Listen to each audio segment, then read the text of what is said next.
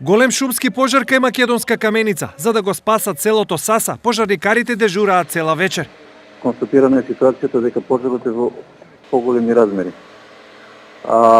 Поради заселениот ветер и отежнатите услови за гасење во ноќни услови, екипи на територијалната противпожарна единица и шумско стопанство Голок од Македонска каменица во текот на ноќта ја следеа будно состојбата на пожарот и утрово рано се излезе на негова локализација.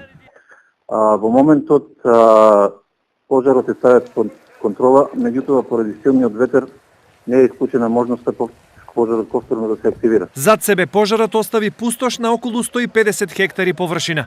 Нашата проценка е дека е опожарена околу 150 хектари површина, од кои 10 хектари се букова и борова шума, а останатите 140 хектари отприлика се папара и сува трева и трњи. Причина за настанување на пожарот, според нашите сознание, мислиме дека е подметна. Во моментов екипа од 20 пожарникари, комуналци и вработени во шумското стопанство и понатаму се на терен, зашто опасноста не е помината.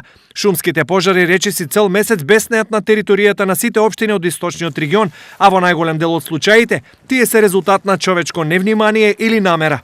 И во нашата општина во изминатите неколку денови се случија неколку пожари кои што претежно се од палење на стрништа и се одговорност на граѓаните. Јас пред се овде ќе искористам можности да апелирам да престане со самоволно палење на стрништата, затоа што се прават огромни штети и се уништуваат и нискостеблеста и шумни површини.